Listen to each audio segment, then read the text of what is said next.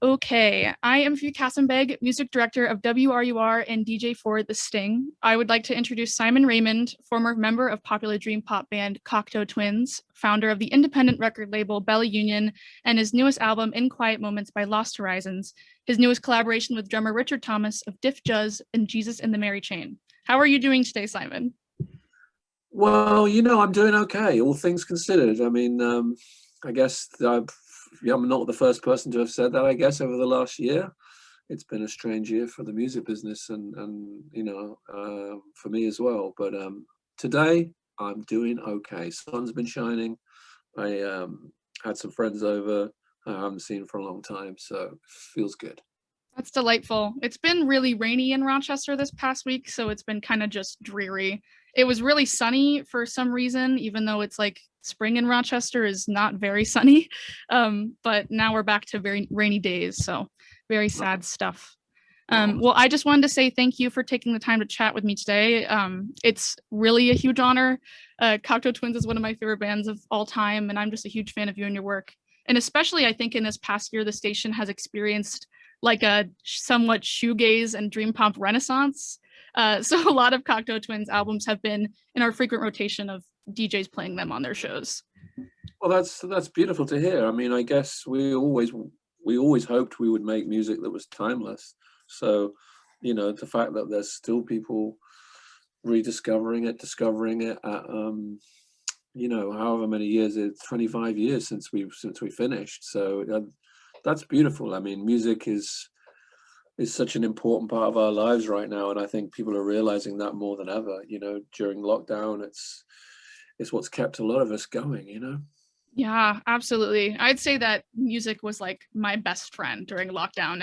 I believe it's all I did. I was at home doing classes on Zoom, and the only thing I did was like listen to music. So I kind of want to kick things off with like your, so to say, origin story.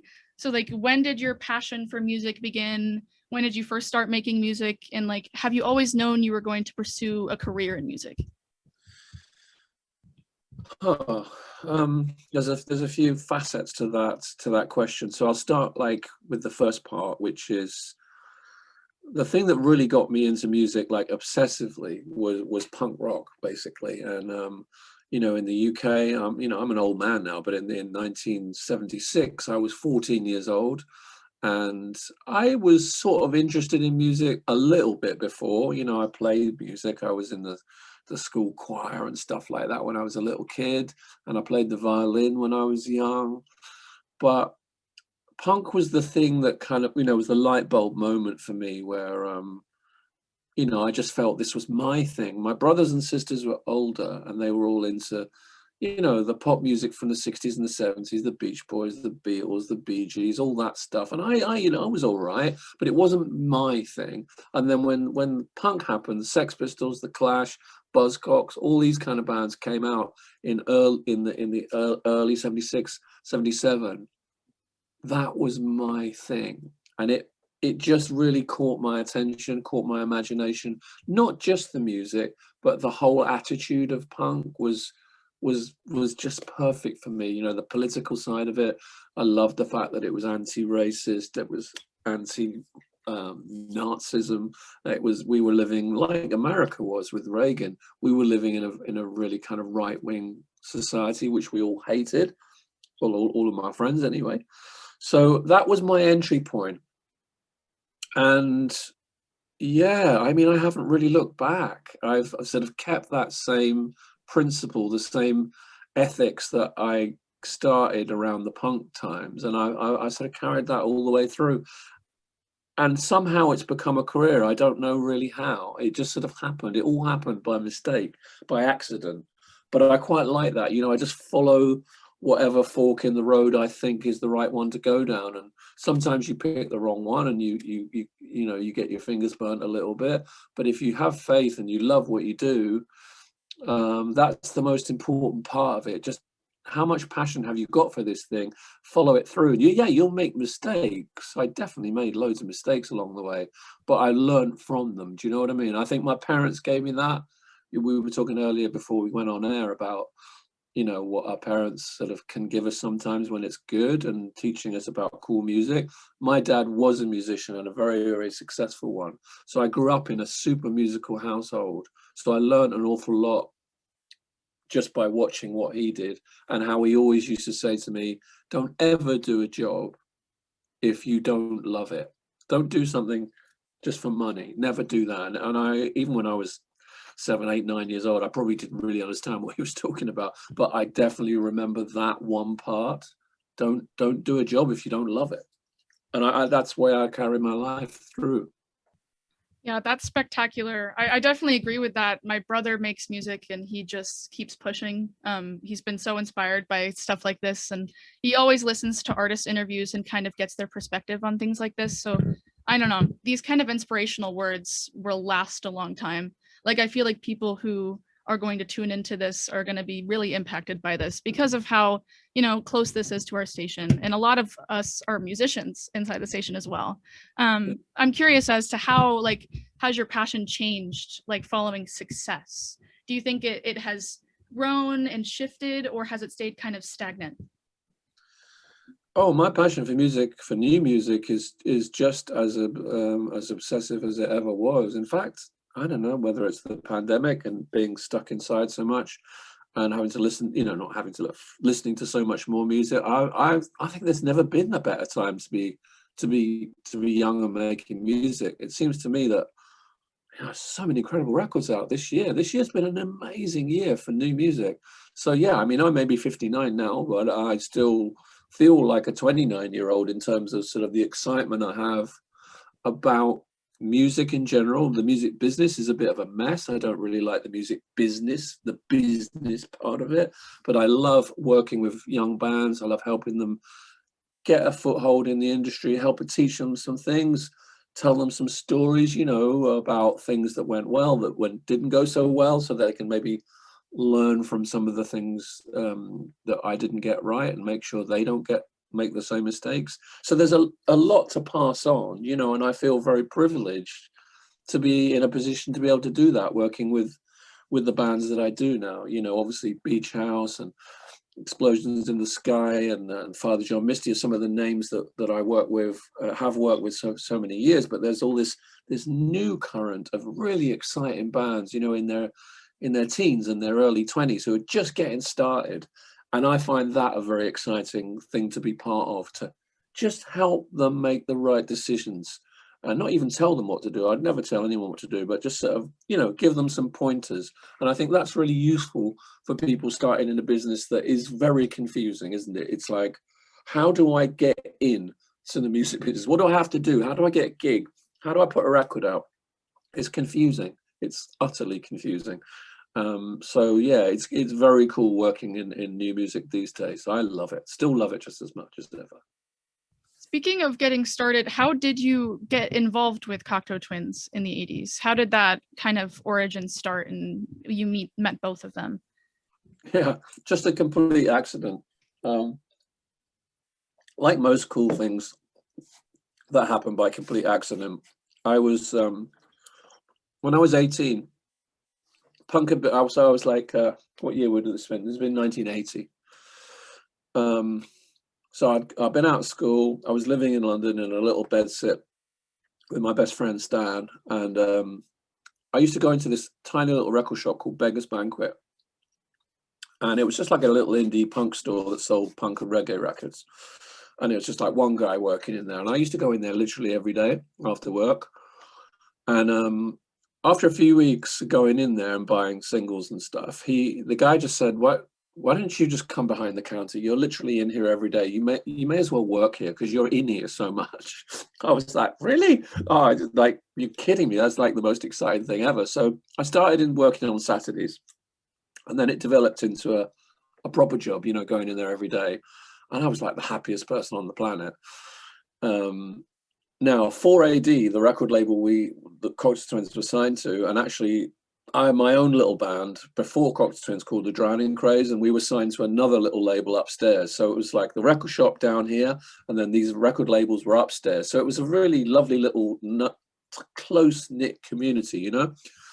So the band, the Cocteau Twins, were a three-piece originally when Garland's came out, and I was in the shop at 9:30 one morning, and I got a knock on the door on the window, and I went, and there were these three strange-looking people outside, and I opened the door. I said, "Hello, can I help you?" It's like 9:15 in the morning, and they were like, "Yeah, we've come down from Scotland. We've got this cassette of our first album. We wanted to give it to Ivo Watts Russell, who runs 4AD." And I was like, "Oh, well, let me take it off you. I mean, there's no one in yet, because people in record labels don't get in till like 10, and you're very, very early, but let me take it off you and I'll hand it on." So, a couple of years pass by, and this band suddenly start becoming really successful.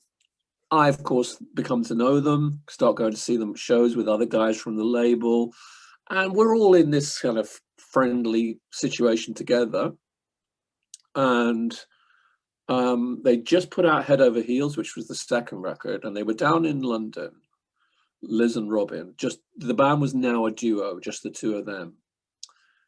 And we were at a gig. I can't remember whether it was one of mine or one of theirs. And I said to them, "What are you doing this weekend?" Because I work part-time in this little recording studio in Camden, just a little tiny little studio, and the owners are away, but I've got the keys. If you want to come over and use the studio, you're more than welcome. So they did. They come over, and I invited them in, and they came and sat down. And Robin said, "Okay, well, what do you want to do?"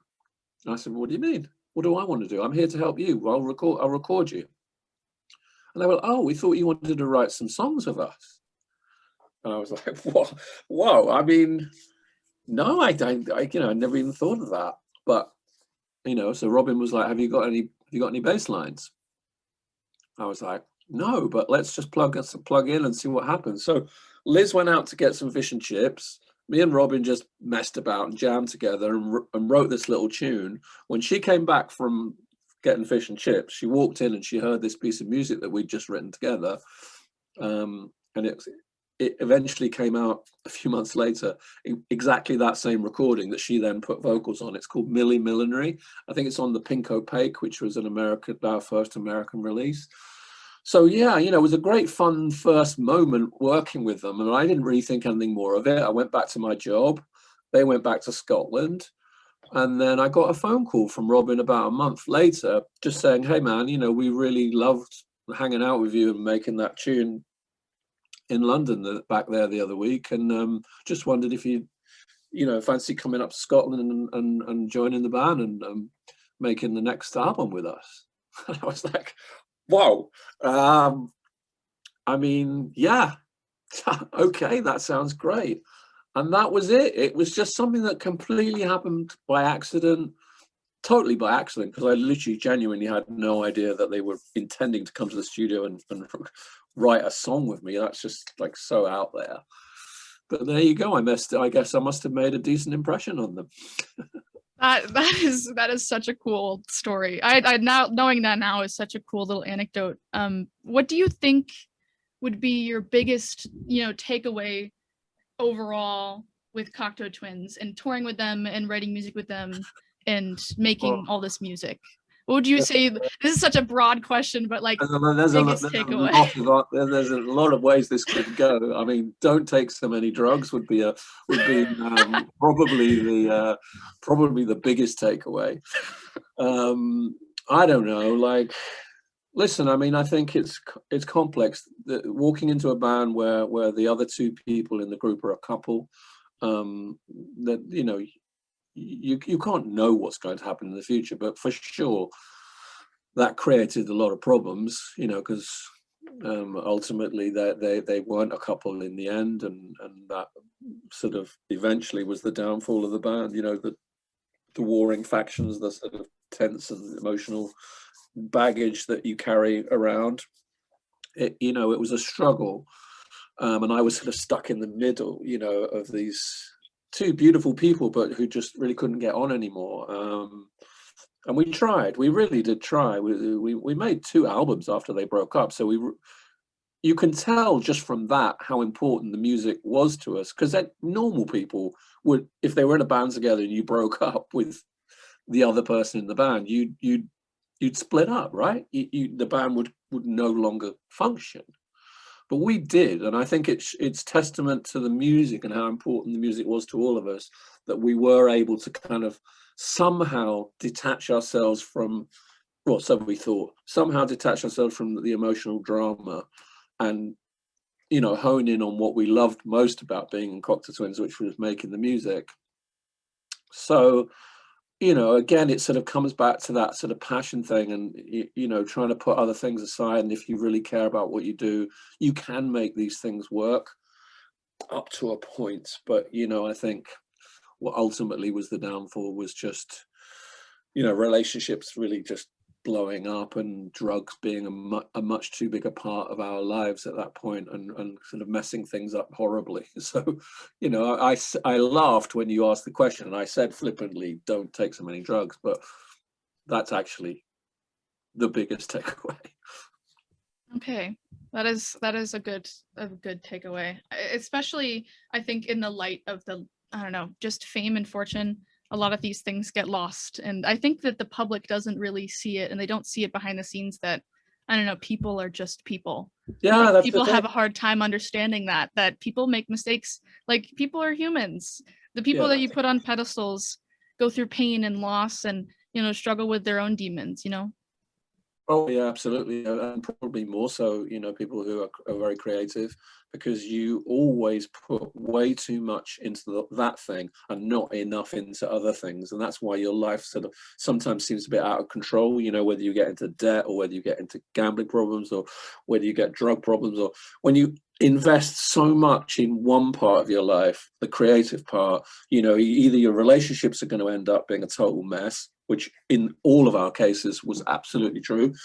You know, my marriage ended, you know, when I was 40, because of all the time that I was spending away from home, and, you know, all the dramas and the stuff with the band.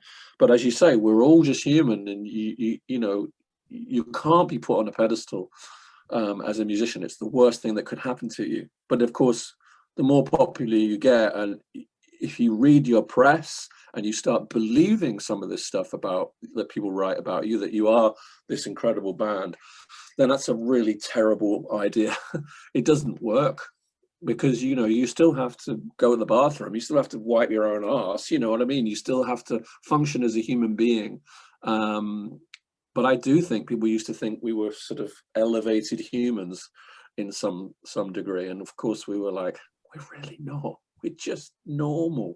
We're so normal, with the same issues and insecurities and vulnerabilities that we all have. It's just that when you put records out that people just happen to love, they can't actually believe that you could possibly be normal. Yeah. Oh man. Well, so Cocteau Twins came to an end, and you did take a considerably long break from making music. But in 1997, you founded the record label Bella Union, with Robin Guthrie. What, like, prompted this, like, switch from artist to label owner?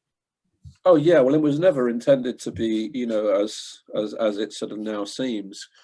But we were on 4AD like from whenever, like 82 or something, when the band first signed to the label, right through to End of Heaven Las Vegas, which is 91, 92. And then we made two more records with Fontana, Four Count Cafe, Milk and Kisses. Then we were like, you know, we just can't be on a record label. We can't function well with labels. We were always falling out with them, always arguing.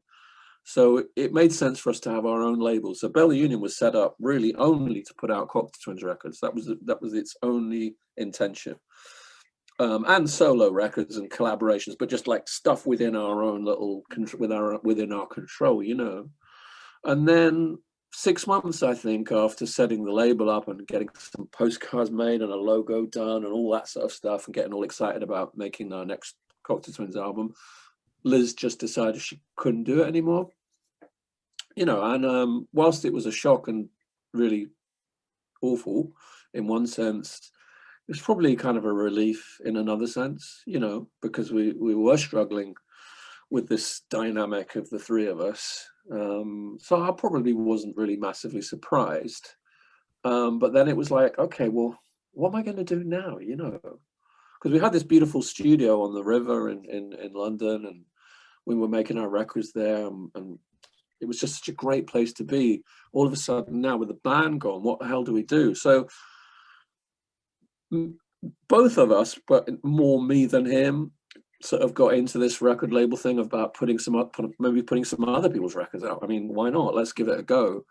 So that's what we did. Robin got tired of it very quickly because he hated record labels probably even more than I did. And within a couple of years, he was off and away to live in France with his new wife.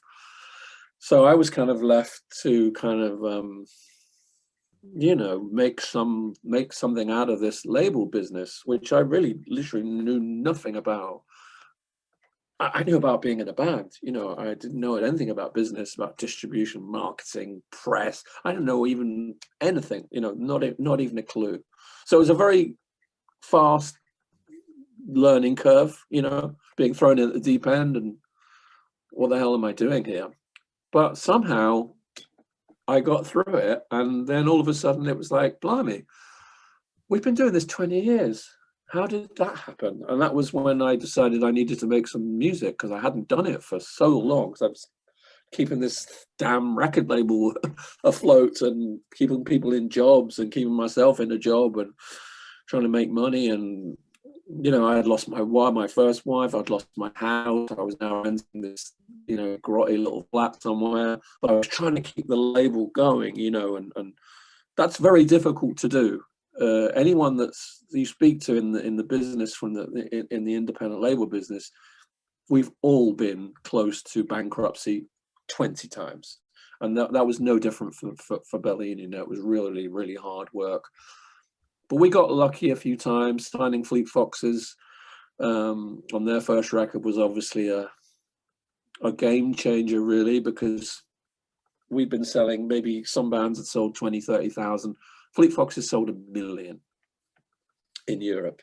And that's, you know, that's really a game changer for a little label like ours. So, you know, it was a fascinating time, but I think I'd spent so long just keeping the whole thing going, I'd completely forgotten about making music. And then when we started planning our 20th anniversary, I was like, why aren't I feeling like really thrilled about making it to 20 years? And I knew it was just because I wasn't making music anymore. So that's how this new project Lost Horizons came about. Yeah, I was going to ask, like, what was we're going to get into Lost Horizons. So what was the kind of, I don't know, what prompted this, like, to reach out to Richard and kind of like start this whole project? I just love the concept of origin stories and where it all started and where it is now. Well, that's a really simple one in a way, because when we were doing Cocteau Twins records back in the 80s, you know, our favorite band to take on tour with us as our support and to hang out with was Diff Juts, who were also on 4AD. They were an instrumental band. They didn't make many records. They were also a bit dysfunctional internally. But we used to love hanging out with them because they were just really down to salt of the earth guys, you know, all like worked in building trade, and they helped us build our own first recording studio before we moved up to bigger and better things later on. They helped us a lot, and we just used to love hanging out with them. I kept in touch with them all up to a point, mostly Richie, the drummer, because I just loved watching that guy play drums. He's always been, for me, the most exciting drummer to watch. You literally just stand on the side of the stage and watch him for 45 minutes every night when they supported us on tour. And just amazed at how he played. It's totally backwards. It doesn't make any sense how he plays the way he does. So therefore it's very original and very unique. It's sort of like kind of dub reggae drumming, but with his hands the wrong way around. It's utterly compelling to watch. So I always thought, even back then, I was like, God, I'd love to play in a band with that guy. But, you know, things happened. He got bored of music. He was in the Mary Chain for a while. She was in the Mary Chain for a while. But then he got disillusioned and just butted out of the music business while I was doing this label thing. And then when I kind of thought about making music again, I thought, okay, I don't want to be in a band. Like, I've been in a great band. I'm not going to be in another great band like that because there's only one Elizabeth Fraser, right? It's just not going to happen. I hadn't really ever considered being in a band with another singer because it just seemed like it was trying to attain something that was unattainable, if you know what I mean. But I thought, I do really want to like being in a room just making music, but I don't want to hold back. It's too many people, too many egos to deal with. I just want to kind of mess about and just have fun. Like when I was 15, you know, with my mates playing and not thinking about a record deal or, you know, a tour, but just playing for the love of playing. So I called Richie and I said, I don't know what you're doing these days, Richie, but do you fancy like just messing about in the studio, just jamming, just get together, you and me, no one else? And he was like, oh, that'd be amazing. You know, he hadn't played drums in like 15 years. So that's what we did. We got together, we had no tunes, we had nothing prepared. I took a guitar, he brought his drum kit. It was just exciting, just being in a room together, talking about the old days. And then once we sort of set the whole thing up, you know, I'd start playing the piano or something, or he'd start a beat, and then we just recorded all of these little sketches. I took them all back home. We did 4 days, I think, initially, 4 evenings actually after work because he worked. We did 4 evenings in my studio in London, and it was just fun. I didn't even think it would be a band.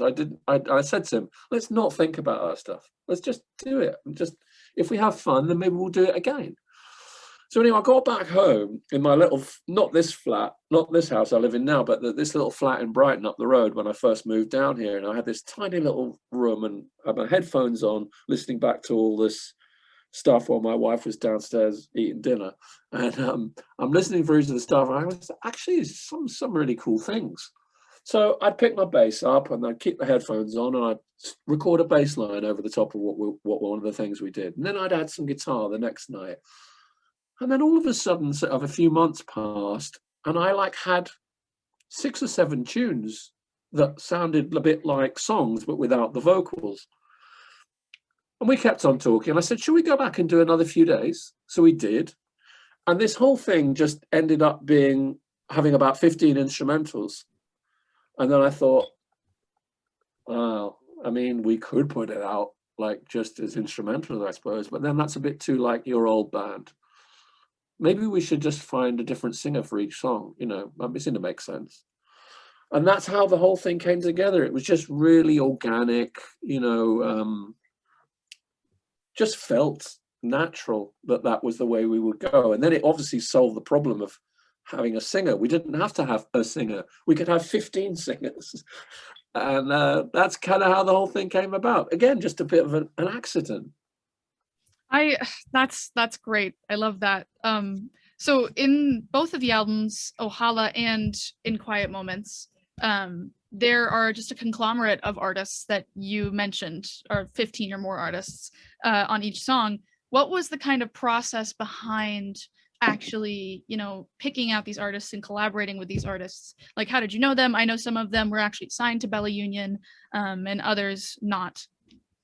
Yeah, I mean, obviously, sometimes you know you're doing something and then something strikes you. What I would do, I just backtrack a tiny bit. When I would have the song in my head, I thought, yeah, I don't know what more I could do to this to make it any better. I think it's cool. And then I'd sit down and let's listen through it a bunch of times with my eyes shut and just think, whose voice can I hear on this track? And that was always the guiding, you know, the guiding mark. And as soon as the voice came in or the visual of the person singing it, oh, actually, I know who would be good. And I would just mail them. I say, I don't know if you remember me, or I don't know if you know, blah, blah, blah. I've just been doing this thing and I don't know, maybe you kind of fancy doing some vocals on it or something, you know. If you don't like it, don't do it, please. Don't do it just because I asked you. Do it because you love it and you're inspired to do it. Because I want to take the energy and the vibe of what me and Richie did, because we loved being together and making this music again, I want to carry that across for the whole thing. So the vocals have to be done with the same spirit. It can't be like, because I've asked you, you feel a responsibility to do it.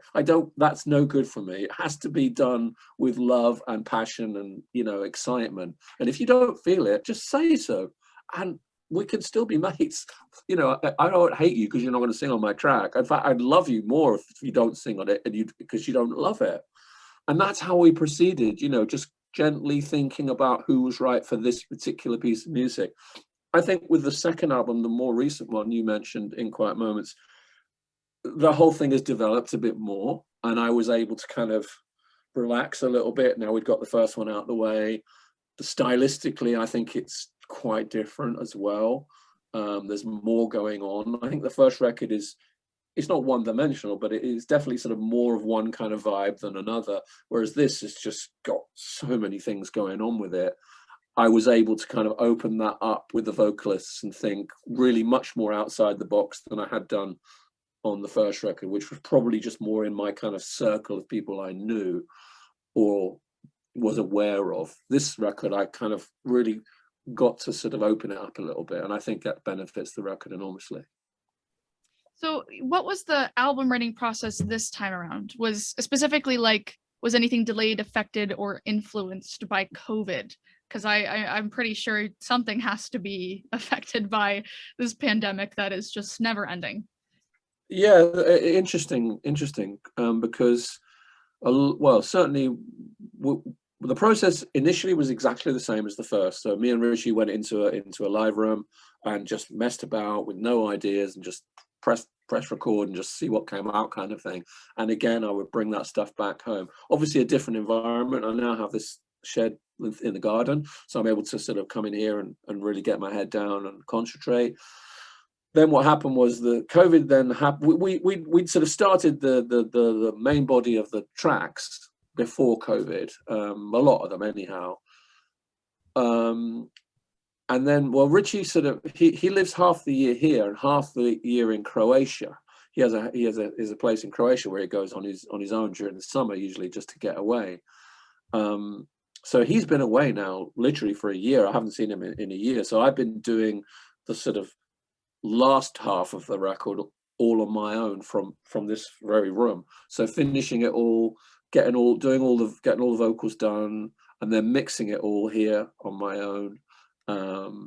So it has been very much kind of those days with Richie just seems so long ago now. But a track like In Quiet Moments, which a lot of people have assumed was sort of influenced by the pandemic because of the lyrics, which are sort of about isolation, I suppose, and about contemplation and stuff like that. And it is very sort of sensitive and effective in relation to what we've all been living through. But actually that song was written maybe 6 months before COVID ever happened. It's just kind of prophetic, or it seems to be prophetic. Maybe it's just a coincidence, I don't know. But certainly the COVID thing did influence the record in an enormous way, but more from my end. Because what did it start? It was March last year, wasn't it? And I was getting to that point where I wanted to start mixing the record. And I was thinking about having someone else do it for a few seconds, but then I thought, no, you know, I really need to do this record myself. I didn't mix the last one. I let one of my friends do it, a guy from a band that I work with called Lanterns on the Lake, and he did a beautiful job. And he would have done a beautiful job too. But I felt a need to take the whole thing through to the end myself. So that's what I did. And I've never actually mixed a record on my own in this way before. I've always worked with, as a producer, I've always worked with other engineers, you know, and sat in a room and listened to it and say, oh yeah, can you push that up? Can you do this? As a producer, you don't always have to be hands-on. But with this, I wanted to be hands-on, but I was scared about doing it because I've not done it like on my own before. And also it's a very, very strange thing, mixing. I suppose it's a bit like kind of if an artist is working on Photoshop and the graphic design, you know, you have to get so heavy on the granular detail you have to be quite anal, right? You have to get in there, and it's like that with mixing. You know, it's easy to pick up a guitar and play a tune and record it, and it sounds great, yeah, fabulous. But to actually get into all of these different elements, the vocals, the bass, the drums, the snare, the hi-hat, all the elements, 20, 30, 40, 50, 60, 100 tracks might be on one song. As a mixer, you have to go through every single track until you're absolutely happy with every element of it. And it takes, well, it took me months. And I was not confident about it at the beginning, because I was like, I don't know if I can do this. I don't have the attention span. I'm so impatient. I've got the attention span of a gnat. I cannot look at anything for longer than 10 minutes without getting irritated and fidgety. So I really had to force myself into this room, because I knew no one else was going to do it. I knew Richie couldn't do it. It wasn't his skill set. He was in Croatia in the sea, swimming around with the dolphins.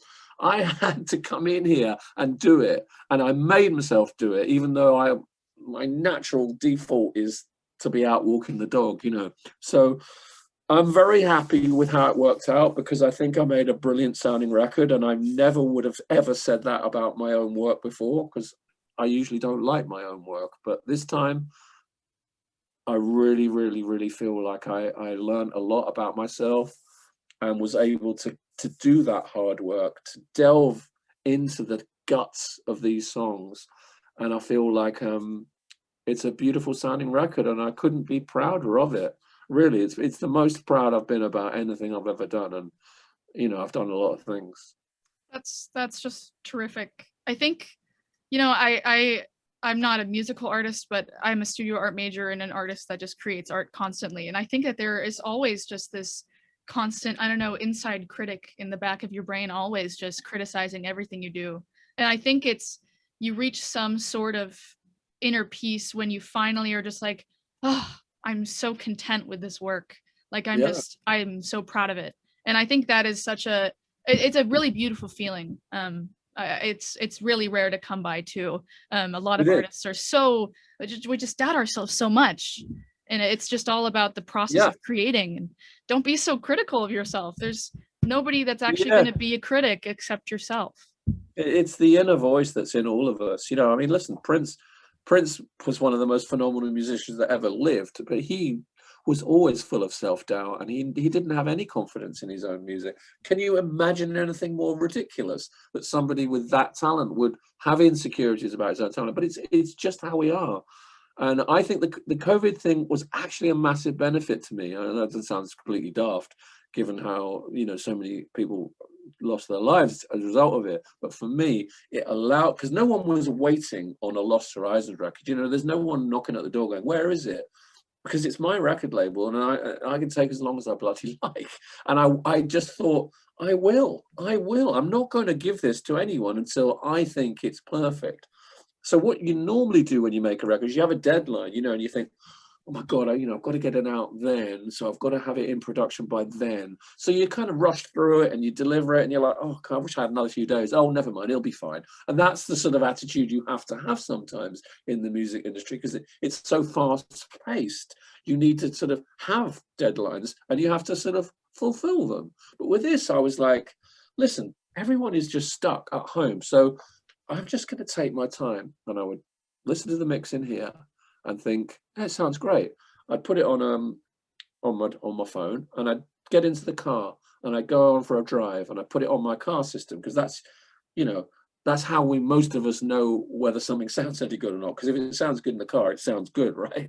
Because that's what you used to listen to. So I'd listen back to it and I'd go, oh no, okay, that's too loud. The bass is too loud, or the piano is sticking out there. Come back, make a little change, start another track, and do the same tomorrow. Go out for a little drive and listen through. So I did this constantly over 3 months. It was pretty much March, April, May. Yeah, pretty much March to June. And at the end of June, I was like, I think I'm done. I think that's 16 tracks, and I think it's good. And I sent them to Richie, and he was like, mate, you've done a blinder there. So it sounds amazing. So yeah. You know, now it's finally out. It feels really good, and I can't wait to get started on the next one. That's really also exciting. I would love to listen to a next one. The big thing for me is I listened to both albums, the Ohala and In Quiet Moments. Both kind of the same usage of conglomerate vocalists, this whole group of people and very unique vocal styles. But what was different thematically and also overall production of this new record compared to past stuff you've done? Yeah, I mean, I think when you're working in the way that we do, which is so spontaneous and it's like improvisation, you haven't got a preordained idea of what you're going to do on any one day when you go in the studio. So me and Richie literally walked in with nothing, with no melodies, no rhythms. So there was an excitement there in the beginning about just picking up the instruments and playing together, because we hadn't done it for a few years since the first record. So thematically, things were going on in my life that were not all great. My mum had just passed away after a very awful and prolonged illness. And I think coming back into the studio after all that drama and the sadness of losing my last remaining parent, it's quite profound, and I'm never very articulate about grief, certainly verbalizing it. I'm more of an internal sort of person. I don't bottle things up exactly, but I use music with the Cocteau Twins. We all did it that way. We used music as our sort of outlet for grief, for happiness, for whatever.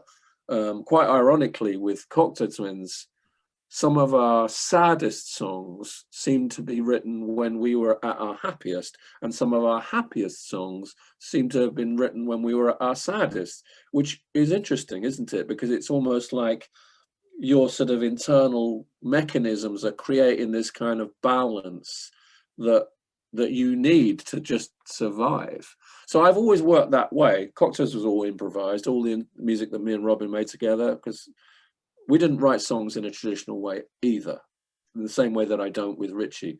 Me and Robin would write all the music first. We'd finish 10 instrumentals first, and then Liz would come in, having not heard any of them, and do her vocals on top of these 10 instrumentals. Very odd way of working when you think about it. But I'm actually still doing exactly the same thing 25 years later with Lost Horizons. All the music's finished, and then I'm writing to the singers saying, okay, can you sing on top of this? It's the same thing, really, but obviously in a completely different environment. But I had to explain my issues to the singers to give them some context. And I would say to each and every one of them, I would write them a nice little mail and say, look, because when I would say, would you be up for singing on something? They go, yeah, what's the track about? What's it all about? So I have to have a story. So my story was just telling them honestly what was going on with me as a human being. I've just lost my mum. I've been writing a lot of this music, off the back of all this grief. So some of it is quite melancholic, of course. It's quite likely to be so. But also out of this sadness and this dealing with the grief part, I've actually found some real positives there, not just in the music, but also in thinking about death. One also is almost forced to think about birth, rebirth, because whenever something dies, there's always something new coming, whether it's music or, a human or an animal or a plant or ideals or cultural things. There's always something new coming out when you're at your lowest and thinking of something finishing. So it's this whole yin yang thing again. I said, so I don't want the album to be completely morbid, just about death, because that's too one-sided. So you can go whichever way you want with this. I'm just giving you a sort of, this is what's going on with Simon thing. And you can either take that as a kind of, I don't know, like a launch pad for whatever you want to write about. You can be inspired by it, or you can just ignore it totally and do your own thing. I actually don't care. But sometimes it's useful for a singer who is trying to relate to a piece of music to have a bit of an idea about what thing they could write about. So that's why I gave them this sort of little mantra of what was going on with me, which in many cases, when I now listen back to those songs, I can see actually was inspiring or was influential in what they ended up writing, because a lot of it is not about death specifically, but a lot of it is influenced by some of those feelings, and that makes me really feel good too, because it feels like the cohesion of the album is in part due to that. Because if it was just a bunch of random songs about anything, it maybe wouldn't make sense as a whole. But I think because it's got these themes running through it, even if they are a bit tenuous every now and then, I think that really helped it.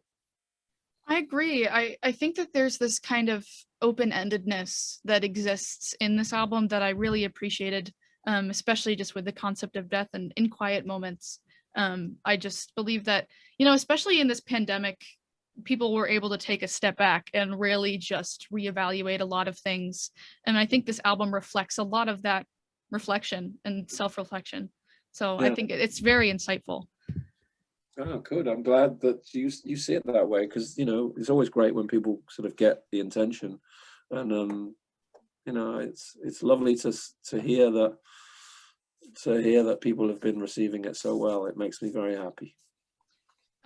Also, just tracking back, I know you mentioned that you just love this whole project, but there's always this kind of curious, like, what is your, not particular favorite, but a track that really stands out to you that you think is like the first one that not you should listen to, but what you should really pay attention to in the album? Like, what is the most pivotal song that could be just encompassing everything, if you could assign a song to that meaning? I know that's kind of open-ended and complicated because there's 16 songs and also you love every one, but yeah, I mean, I that's exactly true. I do, and probably ask me the same question tomorrow, I'd probably have a different answer, because I think the beautiful thing about music is, there isn't one greatest song ever written or my favorite album ever, because it's constantly changing, because we're constantly needing music to fulfill a different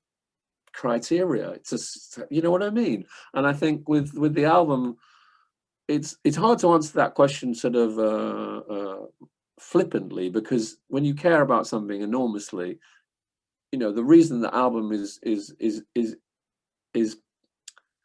created in the way it is, with 16 tracks split into 2 parts of 8. I should say that was very important as well, because I knew just throwing 16 tracks of a new project, relatively new project, with 16 different singers onto an unsuspecting world would be very confusing, with so many different styles within the music. You've got like the track with Porridge Radio that's very kind of edgy, quite spiky, sort of dirty, kind of distorted sort of vocals. And then you've got this beautiful 82-year-old soul singer from Portland, Ural Thomas, on the title track, which is almost sounds like it could have been recorded in the 60s or 70s, and it's very soulful and smooth. And then, there's the final track with Karen Paris that's just a quite isolated piano and this delicate, beautiful vocal. If I just heard 2 tracks from that record, and I would be confused. Sure, I would. Well, what the hell is this thing? Doesn't make any sense. So hearing several tracks from the project was very important to me before we actually released anything, which is why I split it into 2 parts, because I thought the normal album campaign is 2 singles, 1 single, 5 weeks later, another single, and then the album comes out. I knew that couldn't possibly work for me on this record. So I decided that I needed to do it a much slower drip feed of tracks. But the reason the album is sort of programmed the way it is, it starts with Halcyon, which is recorded with somebody I love very much, Jack from Penelope Isles, who me and my wife actually manage as well. They're a young band here from Brighton, incredible talented band, and they both, Jack and Lily, his sister, are on the album. She's the singer Kooky Lou, and she's on the track Heart of a Hummingbird, which is later on in the record. But the minute I finished the music for Halcyon, I was like, that's the start of the record right there.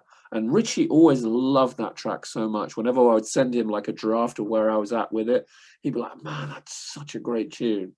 And after Jack finished the vocals, it only elevated that feeling. And I said to him, as soon as he finished it, even though we were still very early in the record and I hadn't mixed many other tracks, I said, that is the opening track on the record.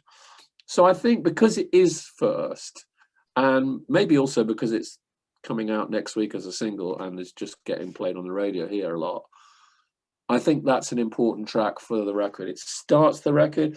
It doesn't say this is what the record sounds like. If you like this, this is the rest of it's going to be similar. It doesn't do that, but it just gets the album off into a really good space for me. It's all guitars. There's no keyboards on it. It came together in a complete mess. The track that Richie and I jammed together, what is not what ended up on there. I actually came back home and I rang him up. I said, it's awful. I'm scrapping everything except the drums. And I'm just going to write a new song over the drums. And he was like, okay, man, whatever you want. So I did. So I just bought this new guitar, this Tokai. I used to have one of these actually, the reason I bought this Tokai guitar was because Richie's band, Diff Juzz, Alan, the guitar player from Diff Juzz, used to have this, not this guitar, but an almost replica of this guitar, and I love the sound of it. And I bought one real cheap in Brighton. And the day I got it back home was the day I started re-recording this song Halcyon, and it just came together. Sometimes you pick up a guitar and I don't know, you just play it and the tune comes. It's like that's how I work. You know, it's all about the sound and whether it's a pedal or whether it's the guitar. So that track for me is not pivotal really, because as you said before, they are all got their own little story, and maybe tomorrow's a different answer. But I think because that one came out of left field, you know, came out of nowhere, and I always love it. And I doesn't even have a chorus. The first chorus doesn't exist. When he sent it to me, funnily enough, he sent it back. I was like, did you mean to sing in that chorus section? He was like, oh, I don't know. And then I just got so used to it. I said, you know what, don't worry about it. I just love the fact that it doesn't have a chorus. It's so rad. It's so like punk rock. Like, who cares? Who cares about choruses? I loved it. I thought it's so funny that he hadn't realized that was the chorus. So I left it empty. And then when I sent it around to people, you know, I had people saying to me, it's so cool. It doesn't even have a chorus. I'm like, it wasn't intentional, but it kind of was, you know. So yeah, I think that's a good one to say, Halcyon. All right, that's a wonderful answer. I love just the answer about, you know, music taste and what you like is never stagnant. It always changes. I find myself saying my favorite song is this and that, and I'm switching back and forth between my favorite albums, and now I actually have to separate my favorite albums by year, but then I have to separate it by month because there's so many releases.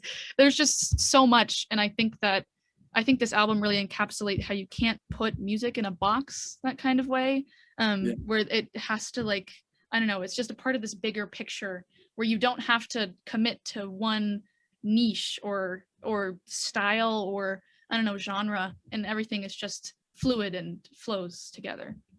Yeah, I love that, you know, and I think, listen, it's important that we have our favorite band, you know, that just made a new record and it's can't wait for their next one. But it is also important that they're, you know, we embrace other things too, and don't just sort of, as you said there before, like the box. People love to have a box to put things in it. It's what we all do. It's what we've done since music started. Genres, subgenres, creating new genres for, you know, for a few bands that suddenly come out of nowhere. We better call that shoegaze. Let's call that shoegaze, you know, and then all of a sudden there's a shoegaze movement, then there's a dream pop movement, and then there's, you know, something else, grunge or drill, or, you know, we've got to have a name for something. But this is quite a hard thing to have a name for. And I think that's probably a good thing right now, because we've surely had enough of putting things into boxes for a while. Let's just not bother with a box, because, you know, this is not meant to sound patronizing, but your generation, the younger generation, is so much better at accepting music from any era, any period, any genre, without having to like make an excuse for it, when my generation doesn't do that. We have to like, and it's terrible. It's a crime on my generation that it's all, you know, you couldn't be a punk and like Hall and Oates. What? Why not? Yeah, why not? Yeah, it's like, but you couldn't. You know what I mean? You just couldn't. You would have been castrated. You know, it just couldn't happen. I mean, I know we're probably all guilty of that at a certain part in our life, you know, and I was absolutely the same. I thought, you know, anyone over the age of 21 was just like, come on, you know, what possible relevance could they have to the society? You know, I just thought only the people in my generation were relevant. And very quickly you grow out of that and realize that that's just nonsense. But maybe the record is, as you say, it's quite varied. And if people do get the opportunity to sit and listen to it, to the whole thing, which is unlikely because it is long and people have very short attention spans, maybe it will just encourage them to look outside of their own, you know, little box for a minute. And that can only be a good thing. Yeah, wonderful. Well, I would really like to thank you again, Simon, for coming to this meeting and this interview. It's such an honor. I know WRUR is just going to love this and love to hear your perspective. And also, I urge everyone listening to listen to the album In Quiet Moments by Lost Horizons. If you have a chance to sit down, I believe it's an hour and 15, I think. Something like that. Yep, something like that. And it's such a worthwhile listen. Like, it's incredibly insightful and just a beautiful like, oh, just a great record. I urge it so much. Thank you again, Simon. This has been The Frog Pond. This is Kasem-Beg, and I am signing off. Thank you. Thank you, Fee.